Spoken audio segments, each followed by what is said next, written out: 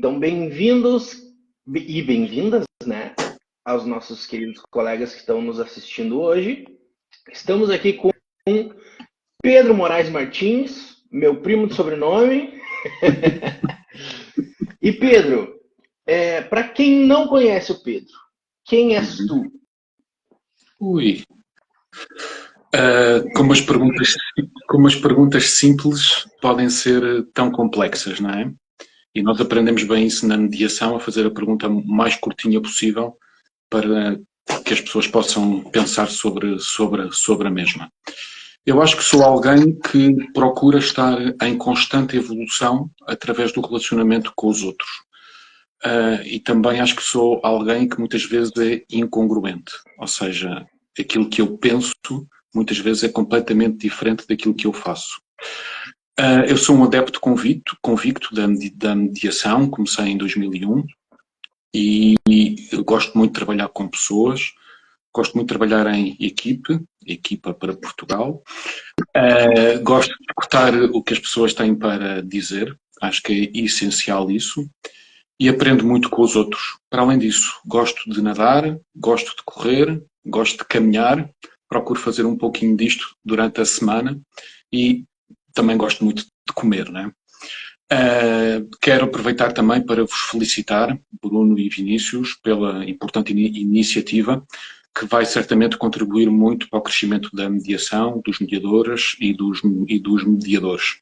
Eu sei do vosso compromisso com as pessoas que vos seguem e com a mediação e quero-vos dizer que é muito bom estar próximo de vocês os dois e poder trabalhar convosco e poder escutar-vos também. Aprendo muito convosco. Obrigado, querido. Então, Vinícius, vamos para o nosso tema? Vamos. Então, pessoal, o tema que a gente vai trabalhar hoje é um tema que acho que, de suma importância para a mediação num todo, assim. Achei engraçado que antes de mediar, assim, eu ouvia falar dessa questão do autoconhecimento, né, da necessidade que a gente tem de se autoconhecer para mediar, né, e eu achava que era uma coisa que eu entendia, assim, né, mas porque faz sentido, né, aquela coisa mais aberta do autoconhecimento, de se conhecer, de saber o que você quer, né. Mas quando eu comecei a trabalhar com mediação, eu percebi o quanto que isso te influencia dentro do teu próprio trabalho, dentro da tua própria ética, dentro das próprias reações que você tem lá dentro. Então, eu percebi que o autoconhecimento, ele acho que uma das principais coisas que a gente tem na mediação, a principal ferramenta do mediador, somos nós, né? Nós temos que nos conhecer bem, né? E falando, né, sobre essa questão de autoconhecimento, eu tenho o prazer, então, de perguntar, Pedro, você poderia falar um pouco mais sobre isso?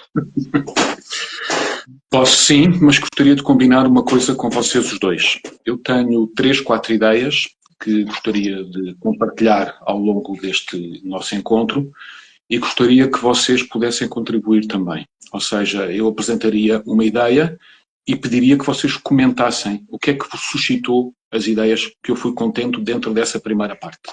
E assim faríamos. Vocês consideram apropriado fazermos desta forma, que eu prefiro dialogar do que estar apenas eu a falar. Parece-vos bem? Ótimo. Claro. Ok, que bom. Bruno, volto a frisar o seguinte, eu não estou a conseguir ter acesso às vossas caras, portanto eu não vou conseguir ver gestos, não vou conseguir acompanhar não verbal, vou ter que trabalhar apenas com a escuta, está bem? Tá bem. Ok, então, primeira ideia que eu gostaria de ver convosco. Eu acho que o autoconhecimento serve para abraçarmos o desconhecido. Ou seja, conhecer as minhas subtilezas permite-me evoluir, permite-me expandir, permite-me crescer, vai-me permitir acolher o desconhecido, que são os outros que vêm trabalhar com a equipe de mediação. Então, conhecendo-me, eu acho que consigo receber os outros com menos impacto daquilo que é a minha pessoa, os meus preconceitos, a ideologia que eu vou seguindo para a minha vida e assim poder acolher essas realidades, tentando não fazer um julgamento moral e também sem fazer um julgamento da maneira como as pessoas se comportam na sua atividade diária, na sua atividade cotidiana. Eu acho que a maioria dos cursos nos nossos países não têm estas componentes reflexivas. Ou seja, nós Aquilo que estamos habituados a ver nos cursos é a passagem de um conjunto de técnicas, de um rol de procedimentos, e que nos diz agora tens que atuar assim, atua desta forma, e acabamos por perder a nossa espontaneidade, acabamos por perder a nossa conexão com o outro, porque ficamos presos num procedimento engessado que nos coloca numa camisa de forças, não é? Que nos limita muito a espontaneidade e a maneira de interagir e de dialogar com os outros. Então, mediação é acolhimento, é a sensibilidade de procurar conhecer quem está a trabalhar connosco. Então, acho importante nós pensarmos a mediação também como um espaço diferente de outras maneiras que existem de receber pessoas que estejam com alguma problemática. Refiro-me, obviamente, à arbitragem, ao sistema judicial e à própria conciliação. E para se gerar esse espaço que a mediação necessita, precisamos de estar preparados para trabalhar com essa sensibilidade e não apenas para trabalhar aplicando técnicas essas que muitas vezes nem sequer são úteis para os mediados porque estão descontextualizadas com aquilo que eles estão a trazer. Ou seja, aprendi no curso, tenho que fazer assim. Então perco a escuta com as pessoas para fazer aquilo que me disseram no curso. Eu acho que é fundamental nós termos nos cursos de mediação esta componente de refletirmos sobre o impacto que as nossas intervenções têm junto das pessoas. E algo que eu tenho notado bastante, quer em intervisões, quer em supervisões, é que a demonstração da ideologia dos mediadores dá-se muitas vezes quando perguntamos. Ou seja, nós não perguntamos para fazer os outros pensarem, muitas vezes perguntamos fruto de uma associação às nossas experiências que nos faz fazer uma pergunta diferente daquilo que as pessoas necessitam. Porquê? Porque advém de nós. Eu já vou explicar um pouquinho mais à frente melhor isto. Então, algo que me agrada muito na mediação emancipadora responsável é a devolução, procurando utilizar as palavras dos mediandos e não as transformando. Não colocando apenas o positivo, vamos ver em algumas escolas que dizem isso, vamos fazer a pergunta pelo positivo, expurgando aquilo que pode ter uma negatividade. É que, colocando o positivo, isso também já contém um julgamento nosso. Ou seja, o que é positivo para mim pode ser negativo ou pode ter outro cariz para os outros. Então, eu acho que nós não devemos ter medo das palavras.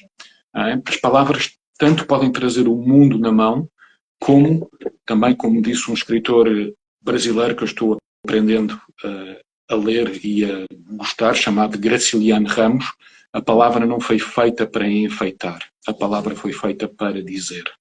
Eu acho que então a palavra deve ser explicada e deve ser ampliada, porque estamos a viver num tempo de literalismo e não num tempo de sensibilização. Tem um poema de um poeta português chamado Eugênio de Andrade, que eu gosto muito, chamado As Palavras. Eu vou arriscar ler esse poema para vocês, que tenho aqui escrito no papel. Nunca li uma poesia em direto, mas vamos experimentar agora. São como um cristal as palavras. Algumas um punhal, um incêndio. Outras, orvalho apenas. Secretas, vêm cheias de memória. Inseguras navegam. Barcos ou beijos. As águas estremecem. Quem as escuta? Quem as recolhe assim, cruéis, desfeitas, nas suas conchas puras? Porque é que eu acho este poema um poema interessante para quem trabalha com mediação? Porque ele fala da conexão profunda da escuta com as palavras. E eu associo muito ao trabalho em mediação. Quando nós escutamos os mediandos, nós estamos associando ao que conhecemos. Então, rapidamente, nós somos teletransportados para o nosso passado e para o que nos remete aquela palavra que está a ser dita. Ou somos projetados para um futuro, o que eu gostaria, o que eu desejaria que aquela palavra contivesse em ações. Então, nós temos de nos conhecer profundamente para podermos mediar. quando mediamos, nós entramos num trem que parte por trilhos diferentes aos nossos, mas que nos faz percorrer os caminhos mais escondidos da gente. Esta parte não é minha, é uma passagem de uma música dos Gilsons, cantada com a Júlia Mestre, chamada Índia. Mas eu gosto desta frase também da música e acho muito apropriada também para o autoconhecimento. Então, Bruno, Vinícius e quem nos está a escutar em casa ou no escritório ou onde quer que seja, esta seria a primeira ideia que eu gostaria de trazer para o nosso encontro. Gostaria de vos escutar um pouquinho a vocês os dois. O que é que pensaram sobre a mesma? Falem também mais sobre isso. Pedro, te ouvindo agora, eu não pude evitar de fazer um link com as conversas que a gente teve com o Vesuli e com a Rose, que foi sobre emoções na mediação e sobre a escuta na mediação. Uhum. Porque quando tu traz essa questão do nosso autoconhecimento para que o impacto do que eu recebo deles, né, seja minimizado, né, ou das informações que eu receba deles não passe aí pelos meus preconceitos, pelo meu conhecimento, isso também tem importância em eu conhecer as minhas emoções, né? Conhecer as minhas emoções quanto mediador, e como essas emoções elas existem e como que eu vou fazer para que isso não passe, né, por esses preconceitos que eu tenha, e me conhecer também no sentido de como eu sei escutar, qual é a minha qualidade de escuta do outro, como que isso não vai interferir aí, ou, né, impactar, ou entrar de conflito com os meus saberes. Então, quando eu te ouço, eu sou um grande suspeito, né, para falar do Pedro, e um grande suspeito das falas do Pedro, porque ele sempre consegue trazer uma poesia ou alguma música que se encaixa no assunto. Mas me lembra muito sobre essa questão. E toda vez que a gente traz um assunto diferente, eu penso, esse é o ponto mais importante da mediação. Mas não é. Todos são os pontos, porque eles estão entreligados, né? Eles estão sempre conversando entre si. E esse do autoconhecimento, ele é um grande ponto nessa questão de ficarmos presos aos métodos, né? Porque quando a gente reproduz algo que nós aprendemos simplesmente por reproduzir, nós não estamos nem sabendo como isso influencia em nós como mediadores, né? Nem como isso vai influenciar no outro. Simplesmente eu estou recebendo alguma coisa e pensando, agora é hora de fazer um cálculo, agora é hora de fazer uma pausa, agora é hora de usar tal ferramenta.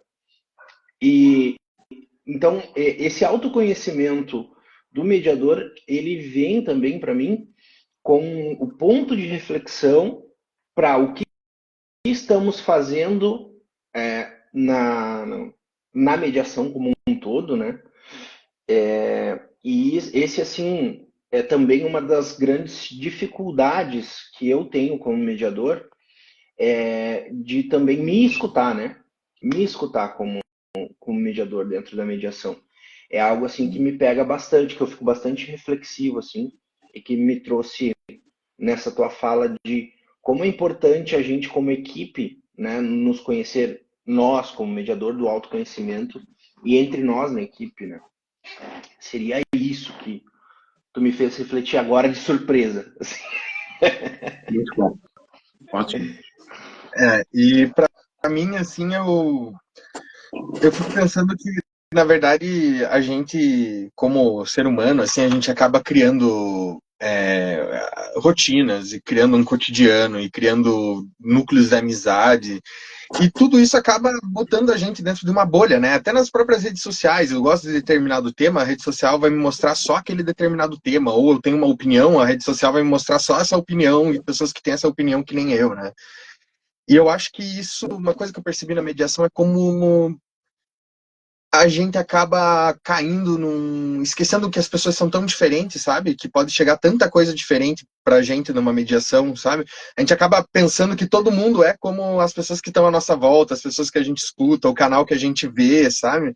E esquece que tem muito além disso, né? Que, pô, existem vidas inteiras que você nunca vai estar esperando pelo que vai acontecer ali no momento da mediação. Você nunca vai estar preparado. Você nunca vai ter assim, ah, não, agora eu tô tranquilo aqui, porque do nada muita coisa pode acontecer, pode mudar, pode surgir, pode ser trazida, e pode ser que as pessoas pensem totalmente diferente de você e elas tenham divergências, tipo, pô, basilares com as tuas, assim, sabe? Algo que você odeia para aquela pessoa é a coisa melhor do mundo.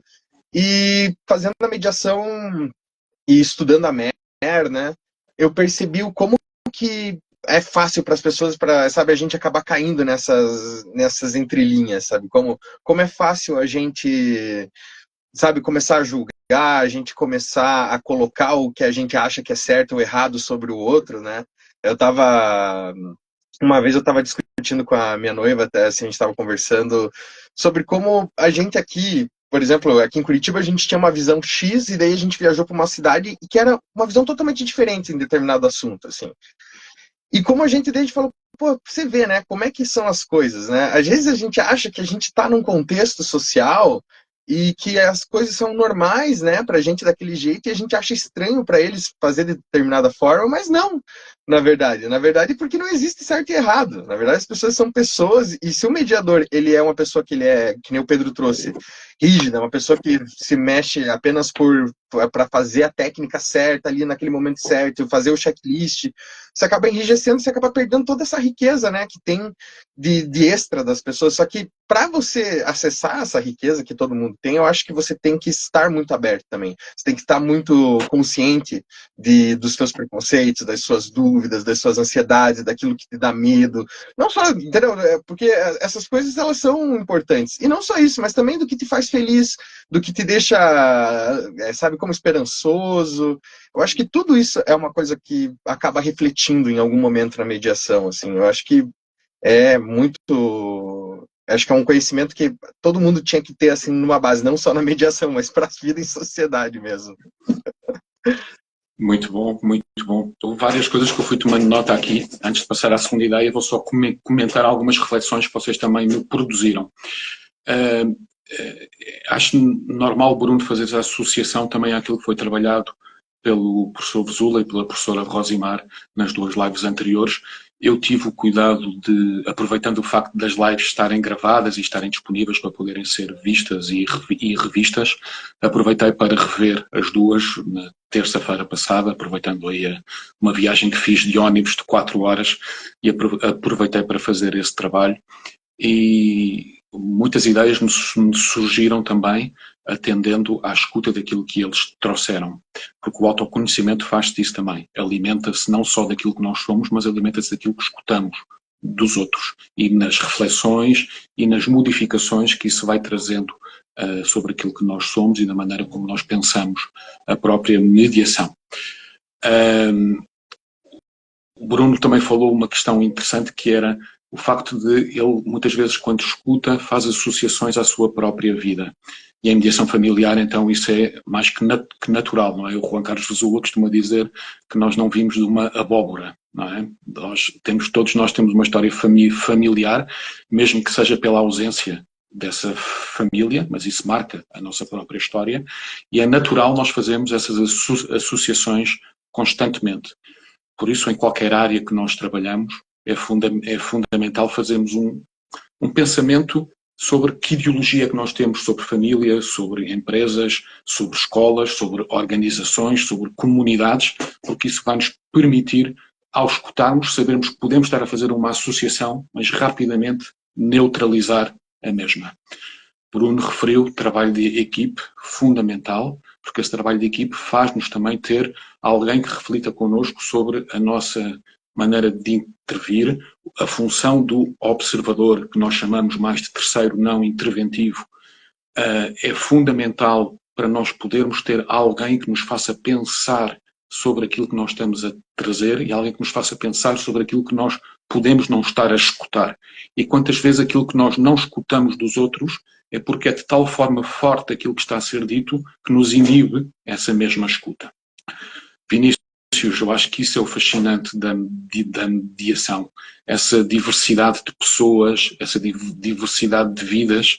Eu pensava aqui que uma mediação é ler um livro diferente, com vários capítulos distintos. Ou se forem mais cinéfilos, é como ver um filme distinto. Nunca há duas mediações iguais. É sempre diferente. E se trabalhamos em várias sessões, e se forem mais adeptos de séries do que de filmes, é como ver um capítulo de cada série em cada uma das sessões. Então, eu acho que isto é o mundo fascinante da mediação e é aquilo que me motiva a mim a estar há 22 anos, quase 23, a trabalhar nesta área. Gostaria agora de compartilhar convosco uma segunda ideia. Essa segunda ideia é que eu acho fundamental tornarmos o espaço da mediação como um espaço de aprofundamento comunicacional. Do meu ponto de vista, comunicar de forma clara é algo que é contra a cultura. A família e a escola são provavelmente os primeiros grupos que nós integramos. O sistema de comunicação instituído nestes dois grupos é o de pergunta-resposta. Ou seja, durante cerca de 20 anos, nós vivemos em sistemas de comunicação estruturados para a produção de uma resposta que deve ir ao encontro da expectativa de quem faz a pergunta. Eu respondo para não magoar a mãe, eu respondo para agradar ao pai, ou eu respondo para ter uma melhor nota quando o professor me avaliar. Então, provavelmente, nós vivemos em sistemas de incomunicação.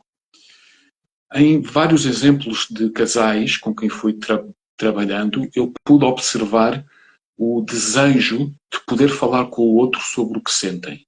Um desejo de poderem ser escutados, de poder também ser respeitado e sem ser julgado por quem está a trabalhar. Então eu também fui aprendendo, quer na minha vida pessoal, quer na minha vida profissional, que o outro não responde àquilo que eu digo, ele responde sim àquilo que ouve. Logicamente que o inverso também se passa, não é? E quantas vezes nós sabemos que não há uma grande diferença entre o que foi dito e aquilo que foi entendido. Se não aplicarmos os princípios acima enunciados, provavelmente nós estaremos a incomunicar com o outro. E quantas vezes aqueles que nos são mais queridos, que nos são mais próximos, reservamos o pior de nós. É neles que nós descarregamos as nossas frustrações, as nossas angústias. Estar em relação exige um esforço e um compromisso connosco e um compromisso com o outro. Milan Kundera, que é um escritor checo, que tem um livro que para mim é um dos livros da minha vida, chamado A Insustentável Leveza do Ser, que é um livro que se passa durante a parte da ditadura na Checoslováquia, década de 60, 70 do século passado. Ele tem uma passagem que diz que toda a atividade de um homem entre os seus semelhantes não é mais do que um combate para se apoderar do ouvido dos outros. Então, minhas queridas amigas e meus queridos amigos, procuremos aproveitar a mediação para aprofundar o significado daquelas palavras que estão a ser ditas, daquelas frases que estão a ser proferidas. O que significa para aquelas pessoas na prática as palavras que estão a dizer. Os mediadores devem então perguntar para permitir essa clarificação entre eles. Então a nossa escuta deve transformar o que ouve em pergunta. E auxilia-nos muito a escutar o que se diz, mas para transformar em pergunta de forma a auxiliar na reflexão. Também auxilia muito perguntar-nos o que é que a pessoa quer dizer com uma determinada palavra ou uma determinada frase. Então poder aprofundar a informação, questionando, deve ser uma das funções dos mediadores. E volto a frisar algo que disse há pouco. Algo que me tranquiliza muito na mediação emancipadora responsável é, por um lado, algo que é exigente, que é durante 2 horas, que é o tempo que eu habitualmente trabalho, em mediação online menos, 1h30, de estar em profundamente uma conexão profunda com as pessoas. Mas tranquiliza muito eu não ter que criar técnicas que estejam em livros, tranquiliza muito eu poder fazer a pergunta respeitando as palavras que as pessoas trazem e colocando-os a falar mais sobre isso, respeitando o nome do vosso programa, mas sobretudo não só a falar, a poderem escutar o outro e a poderem também falar, escutarem-se em voz alta aquilo que estão a dizer. Eu quantas vezes não penso que, por exemplo, a pergunta que vocês me fizeram hoje no início, o que é o Pedro? Eu fui apanhado de surpresa. Eu, apesar de ter visto o que já tinham feito essa pergunta também ao professor Vesula e à professora Rosi, eu não tinha pensado nessa questão. Então, provavelmente, se eu amanhã fosse responder à mesma pergunta num outro espaço, eu já responderia de forma completamente distinta. Daí também aquilo que eu referi há pouco, a incongruência, que é a maneira como eu acho que me relaciono mais. Eu não consigo ser uma pessoa constante, sou uma pessoa que vai mudando e vai pensando em ideias sobre mediação e sobre outras coisas, sempre de acordo com aquilo que vai se passando no meu cotidiano e nas minhas vivências diárias. Então esta seria a segunda ideia que eu gostaria de escutar também, Bruno, Vinícius, e não sei se alguém também gostaria de fazer alguma pergunta aí no chat, alguma questão, mas isso se calhar podemos deixar mais para a parte final, que eu sei que vocês deixam sempre 10 minutinhos para interagir com as pessoas. Então, escutava um pouco a vocês. Olha, Pedro, agora, se a gente que pegou de surpresa com aquela pergunta no começo, você com essas reflexões aqui tá pegando a gente aqui, meu cérebro tá já quase a todo vapor aqui. Porque eu acho que isso que você trouxe lá no começo de transformar a mediação num espaço, sabe, de escuta, de um espaço para aquelas pessoas, é uma coisa que, sabe, é uma coisa que eu me apaixonei tanto pela mediação, acho que por esse motivo mesmo, sabe, poder trazer para elas um espaço seguro, um espaço confortável, tanto que eu percebi quando eu fui fazer a parte do judicial, né, dentro dos núcleos, dentro dos sejusques, assim, eu me deparei muito com uma ideia de mediação que tentava emular, né, simular uma audiência quase, né, simular aquela questão, tanto que muitas vezes a gente escuta dos medianos quando eles chegam na mediação, excelência, eu tô aqui para falar não sei o que lá, você tem que explicar para eles, pô, eu não sou um juiz, eu sou aqui uma pessoa que só tá aqui para ouvir você, tem que julgar, tal, e como muda, sabe?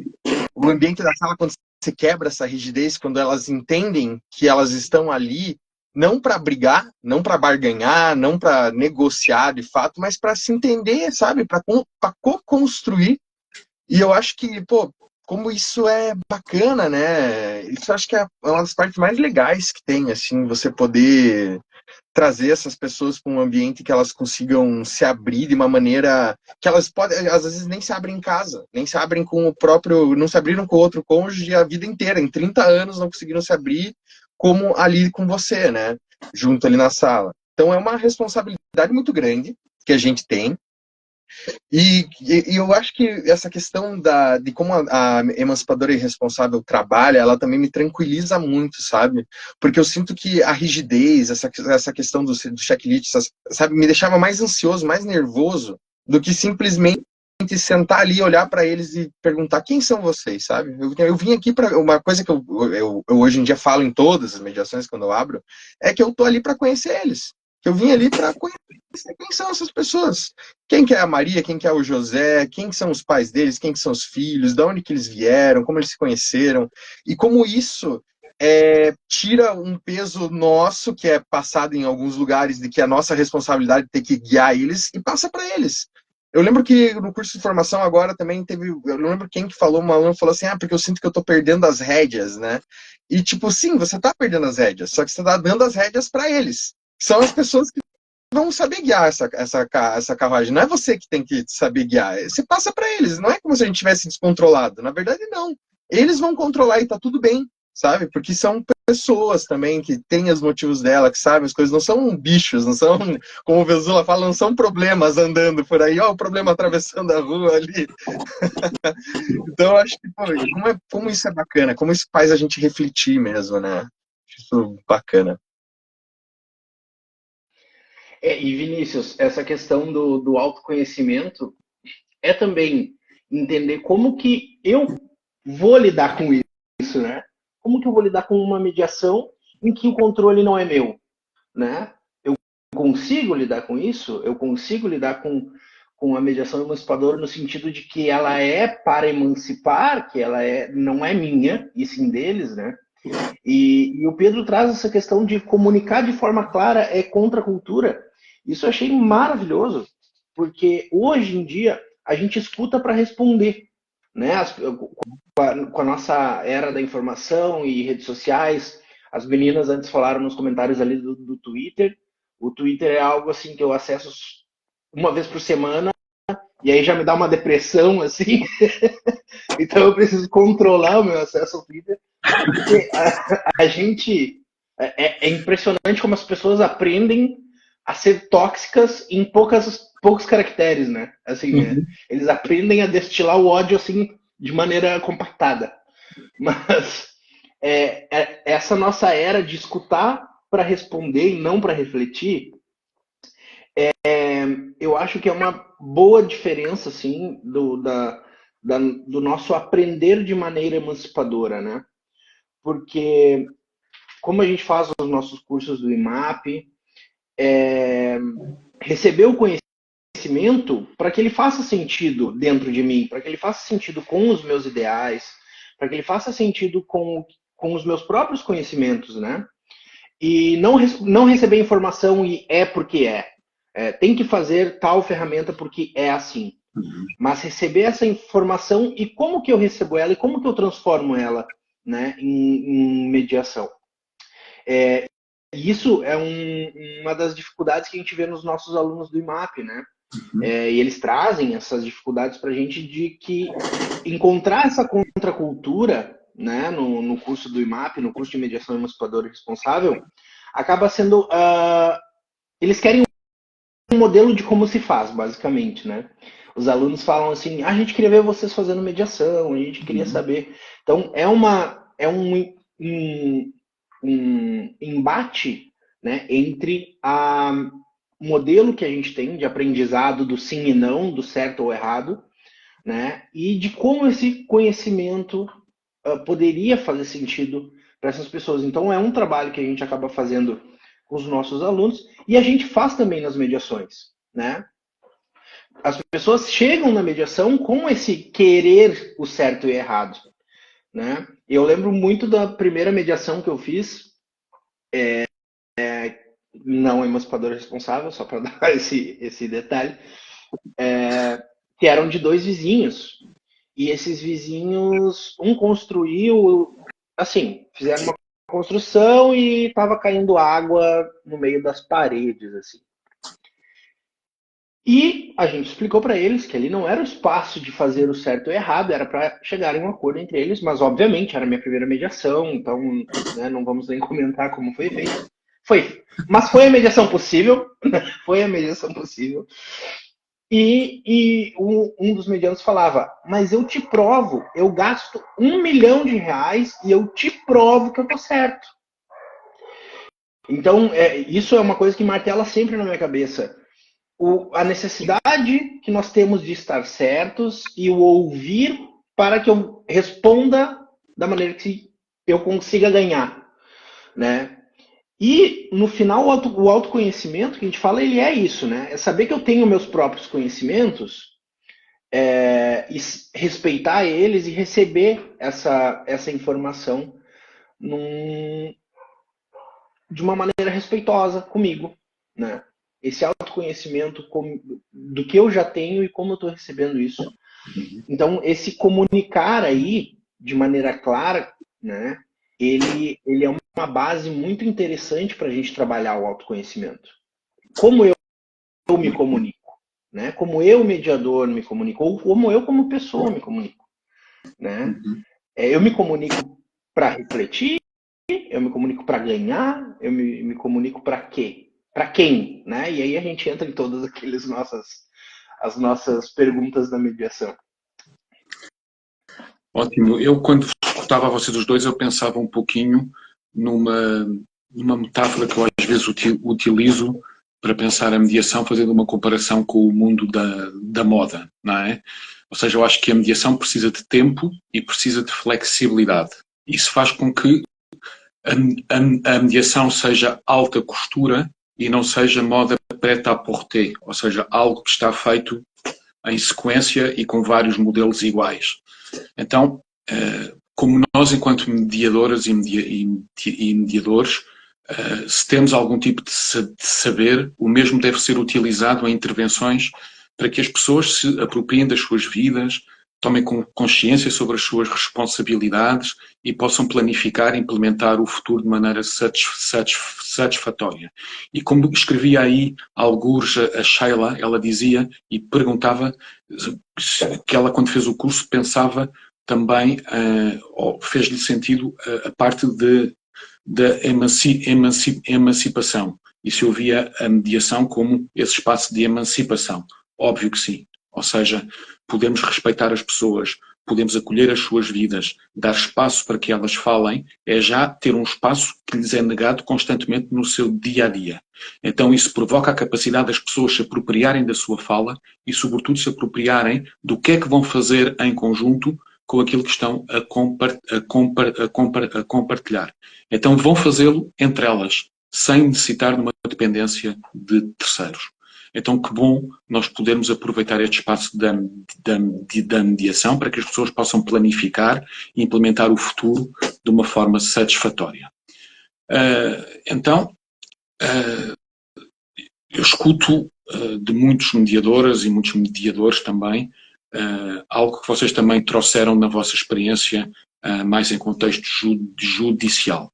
E escuto isto não só no Brasil, escuto isto em vários países, entre os quais o meu país de origem, que é Portugal. Ou seja, escuto dizerem que há pautas com sessões de 30 em 30 minutos, 40 em 40 minutos. E é um tempo escasso, escassíssimo, para se poder produzir resultados. O Luís Alberto Varate escrevia algures num dos seus livros sobre mediação que nós poderíamos estar a viver no reino do faz de conta, não é? No reino de Monteiro Lobato. E em certas alturas parece-me que sim.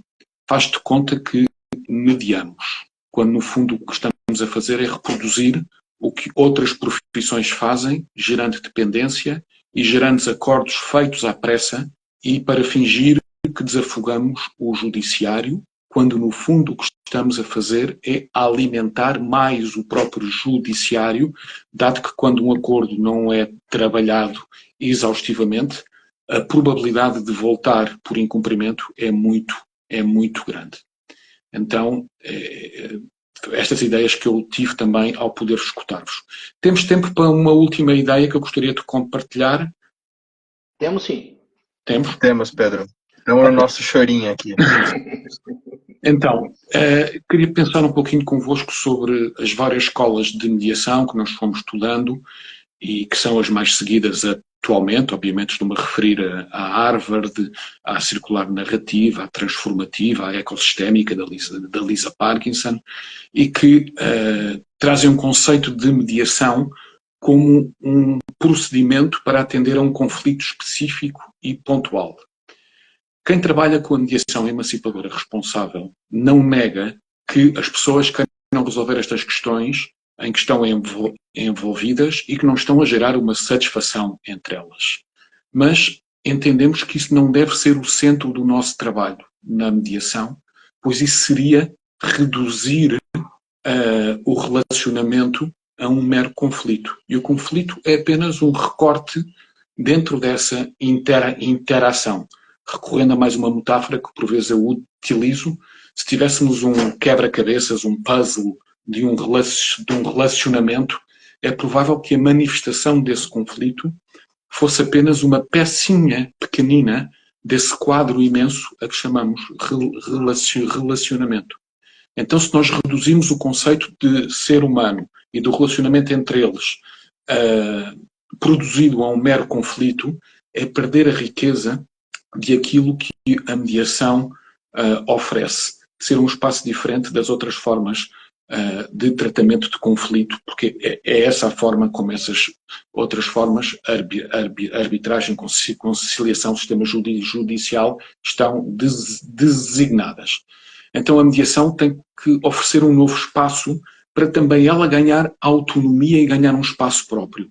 É que se continuarmos a ser uma cópia daquilo que já são os outros fazem esse trabalho muito melhor que nós. Então rapidamente seremos eliminados e a mediação vai deixar de ter importância. Então temos que focar a mediação, na minha perspectiva, como o espaço do nós relacional, que vai muito para além da parcialização do conflito ou da resolução de problemas. O Vinícius há pouco falava sobre o professor Vesula, falar sobre aquela imagem do problema não ter uma autonomia em relação à pessoa, não é? Eu gosto muito dessa imagem que ele traz e que ele diz que nunca viu um conflito a caminhar, nunca viu um conflito a bater à porta da mediação, a sentar-se numa cadeira ou num sofá e a começar a falar. Nós recebemos pessoas, procuramos nos sensibilizar com elas e acolher as suas vidas no espaço que proporcionamos para elas. Então, para terminar a minha fala aqui nesta live, encontrei num dos livros de Eduardo Galeano que li recentemente uma passagem que eu gostaria de trazer. Diz assim: somos uma sociedade de solidões que se encontram e desencontram sem reconhecer-se. Eis o nosso drama. Um mundo organizado para o desvínculo, onde o outro é sempre uma ameaça e nunca uma promessa. Então, queridos amigos e queridas amigas, que a mediação possa ser o espaço de transformar esta ameaça numa promessa, acolhendo, escutando e promovendo a cooperação para que se desatem os nós e que se possam construir os laços do futuro. Maravilhoso. Exato. Maravilhoso, hein, Pedro? Eu tenho até terminando de refletir depois disso.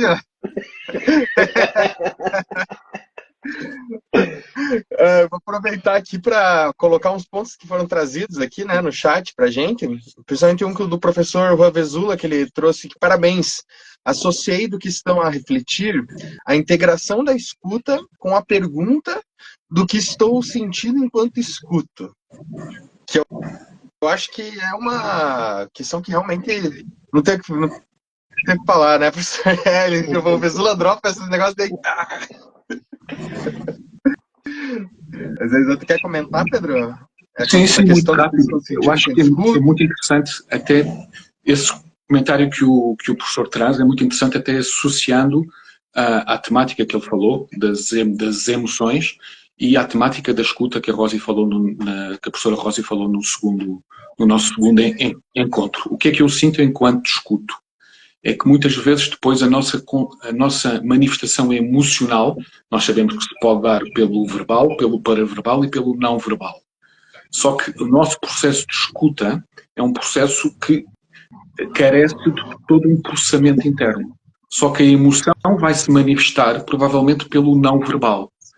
Porque o não verbal, eu, por exemplo, ao começar a observar-me nas mediações online, eu comecei a ver reações que eu tenho do meu não verbal quando vou escutando falas das pessoas. E como isso para mim foi uma aprendizagem brutal, porque eu não tinha noção disso.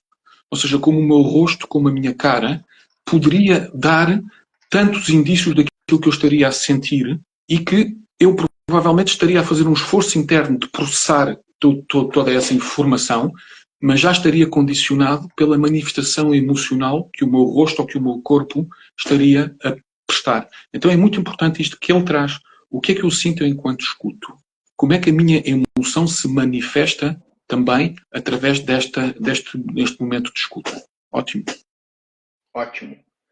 Teve também o comentário da Gabi Medina, né? Ali no perfil da OITS Mediação. Ela perguntou, Pedro, se tu acha que esse hábito de comunicar também explica o apego pelas soluções judicializadas. Eu acho que ela está falando nessa hora que a gente está falando sobre a comunicação para não responder, para responder certo, né? Sim, perfeito. Eu acho que nós vivemos numa sociedade também de dependência, ou seja, de dependência em relação a terceiros, não é? E é muito interessante nós podermos resgatar um pouquinho até o próprio pensamento do Paulo Freire, não é? Quando ele nos vai trazendo esta necessidade de todos nós temos um contributo, todos nós temos ideias, todos nós devemos ser portadores de todo um conhecimento. Só que muitas vezes esse conhecimento é negado. Nós tomamos os outros como ignorantes, como incapazes, e não damos o espaço para conhecer essas pessoas. Então, muitas vezes, a procura pela solução do judiciário é a procura por aquilo que as pessoas estão habituadas, que é que um terceiro lhes diga como é que devem atuar. E quantas vezes isto depois também não serve para que essas pessoas possam, género uma escadinha, não é? Essas pessoas possam dizer: eu não concordo com isso que foi dito, não vou cumprir. Então vivemos numa sociedade que não responsabiliza as pessoas, fruto de não as considerar capazes. E acho que a mediação deve devolver esse espaço. O espaço com que as pessoas possam sentir-se escutadas e possam sentir que a sua opinião é válida, é útil. E através dessa escuta possa ser processada e elaborada com o outro para construir um futuro melhor. Ótimo. Eu acho Isso traz muito essa questão, Pedro, do que tu falava antes sobre a mediação focada no conflito. E como nós queremos essa resposta do conflito, né? E a gente utiliza do sistema, e tanto de mediações quanto do judiciário, para conseguir uma resposta, né? Para conseguir a resposta para esse conflito. E linkando um pouco com o que tu disse antes, para mim, ao meu ver, a mediação, falar sobre o conflito, ela é, como tu disse, um serviço igual a todos os outros que a gente tem, né? É algo que vai resolver esse conflito. Mas também é ignorar todo um relacionamento que levou até aquele momento, até aquele recorte, né? E quando a gente pede para eles falarem sobre o conflito, e eu participei de uma mediação há pouco tempo, como advogado, e a mediadora disse que nós só podemos tratar do que está no processo, né? Não vamos falar na mediação sobre outras coisas, a não ser o que está no processo, fazendo esse reducionismo, né? Então, ignorar anos, 20 anos, 30 anos que fizeram chegar até aquele momento, que fizeram as pessoas chegarem até aquela mediação, né? E realmente dizer, me digam só o que está no processo. É basicamente dizer assim, vamos olhar o que o advogado de vocês colocou lá e ignorar tudo que vocês têm a dizer, né?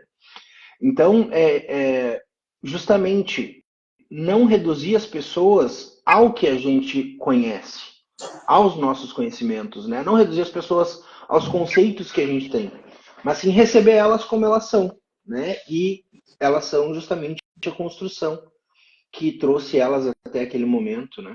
Então, eu acho muito rica essa reflexão aí de o que é o conflito, né? A gente sempre fala sobre a teoria do conflito, a primeira coisa que a gente aprende, né, Vinícius, na nossa faculdade, é a teoria do conflito. E aí a gente entra nesse o que é o conflito e o porquê de conflito, e a gente acaba esquecendo que quem está na volta desse conflito são pessoas, né? Então, eu acho muito, muito rica essa reflexão. Não, é só para entregar também, assim, que eu estava pensando como a gente é acostumado a terceirizar, né, a resolução dos nossos problemas, assim, desde pequenininho, ou o professor, ou o pai, ou o advogado, ou o juiz, quando você cresce, alguém vai resolver o problema para mim, entende? Eu pago alguém para resolver para mim porque eu não quero resolver por mim mesmo. Se eu tô com um problema com o pai do meu filho, com a mãe do meu filho, eu não vou conversar com ela, eu vou conversar com o meu advogado para ele conversar com ela, né?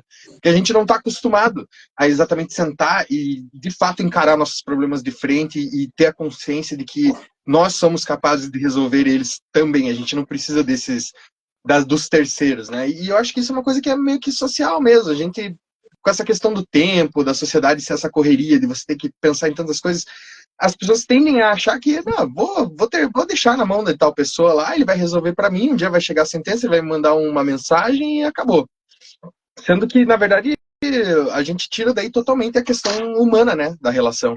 A gente vai desumanizando aos poucos as relações das pessoas, né? E era isso que eu estava pensando aqui nessa última reflexão que o Pedro trouxe. Muito bom. Eu queria só trazer muito brevemente aquilo que Bruno trouxe sobre aquela mediadora que terá falado sobre termos que nos cingir àquilo que está dentro do processo. Eu imagino também alguma angústia que essa profissional deve passar por ter que, provavelmente, ter indicações superiores de só fazer um encontro, quanto muito dois, pautas de 30, 40 minutos. O que é que ela pode fazer mais do que isso? Ou seja, é o facto de nós, enquanto mediadores, também sermos sujeitados das organizações onde nós estamos. Eu estava aqui a pensar, e até apelando mais uma vez aos contributos, aos pensamentos de Paulo Freire, como é fundamental a solidariedade entre o ato de falar e o ato de escutar. Que todos nós somos, então, portadores de um conhecimento e, compartilhando o mesmo, podemos alcançar os melhores resultados. Por exemplo, eu pensava nas organizações, seja ela a organização escolar, uma organização empresa ou mesmo numa organização familiar. Assegurar a participação ativa e responsável de quem participa dentro dessa comunidade faz com que as pessoas possam assumir um papel protagonista na discussão dos problemas que as afetam e das possíveis soluções que eventualmente possam vir a construir em conjunto. E acho que também outra questão importante é que o ensino requer a materialização das palavras com o exemplo. Ou seja, nós, enquanto mediadores, temos uma componente pedagógica na nossa vida pessoal também. De procurarmos escutar quem nos rodeia, procurarmos fazer com que essas pessoas pensem, possam refletir. Não estamos a fazer mediação propriamente dita, como aprendemos nos livros, mas estamos provavelmente a gerar um espaço nas nossas relações mais próximas com que as pessoas que convivem connosco possam sentir um bem-estar melhor. Isso também se vai traduzir em nós. Nós também vamos viver muito melhor com quem nos rodeia, podendo facilitar a criação desse espaço. Perfeito. Okay. E é com essa fala maravilhosa que nós vamos encerrando o nosso programa de hoje. Eu vou retomar um pouquinho ali o comentário que a Tainara trouxe lá no início, né, dizendo que o Pedro sempre democrático, junto com essa fala que ele trouxe, né, que o ensino requer reflexão com o exemplo. Eu já fui aluno do Pedro, hoje eu tenho o prazer de trabalhar com o Pedro nos cursos do IMAP, e não tem um exemplo maior ou uma palavra melhor para falar do Pedro, ao meu ver, do que... eu ia falar democrático, mas é uma palavra muito politizada. Eu diria acolhimento. Porque o Pedro, ele sabe nos acolher tanto como aluno, né? E também como parte da equipe, e a maneira com que ele nos ensina pelo exemplo, né? Com que ele mostra o conhecimento dele. Eu nunca ouvi do Pedro, por exemplo, dizendo, não faça isso. O Pedro, ele sempre tem uma maneira de acolher o que a gente faz e integrar a gente, a equipe. Então, fica aqui a minha admiração a ti, Pedro. Como eu já falei, eu sou muito suspeito para falar do Pedro, porque o fantasma aí de Friburgo, e só quem viveu sabe o fantasma de Friburgo, nós temos um carinho, eu tenho um carinho enorme pelo Pedro, e a maneira com que ele consegue nos acolher no ensino, para que a gente aprenda o máximo possível.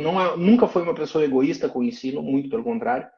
Então fica aí o meu abraço para ti, Pedro, distante, e quando tu vier eu dou esse abraço pessoalmente de novo. E muito obrigado por estar com a gente hoje. É isso aí, Pedro. Obrigado mesmo, de verdade. Eu também, como aluno, assim, como... Pedro foi uma das... Eu conheci o Vesula. Quando eu entrei na mediação, eu conheci o Vesula numa semana. E daí eu falei para ele no último dia das aulas, assim, que eram umas 3, 4 encontros, eu falei assim, pô, professor, eu gostei muito de mediação, eu vou para Ponta Grossa agora, conhecer um português que vai estar lá falando de mediação também. Não sei se você conhece ele, o Pedro. E o Vesula falou, porra, Pedro, né? Claro, né? E daí quando eu cheguei lá, o Pedro já sabia quem eu era, do ano que eu tinha vindo, que eu tinha interesse, o que eu tava falando. E desde então, né, pô, poder construir tudo com vocês e estar aqui agora, botando esse projeto para frente, e poder te trazer aqui, Pedro, dar a voz para você, para a gente poder espalhar essa vida, né, que é a mediação, né, não é mais que um estilo de vida, é uma vida mesmo, assim, né, que você passa a ter diferente. Então, assim, muito obrigado mesmo. Muito obrigado também a todo mundo que participou aqui nos comentários, a todo mundo que curtiu, a todo mundo que seguiu. E se você não seguiu ainda, segue a página, que a gente está cada vez mais crescendo. A gente vai trazer mais pessoas. O Pedro ainda vai voltar aqui e falar de outras coisas, que eu tenho certeza que não esgotou o léxico dele ainda. Tem muito que explorar aí. E é isso aí, então, pessoal. Muito obrigado. Pedro, quer dar um tchauzinho, então? Sim, agradecer-vos a vocês os dois pelo convite que me fizeram, pela divulgação que estão a fazer da mediação emancipadora responsável, que é muito importante para quem trabalha com ela e para os mediadores que a seguem, porque necessita de estar em constante retroalimentação e apelar a quem está a assistir que possa participar na live dia 29 de fevereiro com a nossa querida Aline Pacheco. Vai ser ótimo poder escutá-la também. E, mais uma vez, parabenizar-vos pela iniciativa que estão a ter e que vai ser muito importante. Forte abraço a todos, em casa também, e a todas. Abraço, tchau, pessoal. pessoal. Até mais. Almoço. Muito obrigado.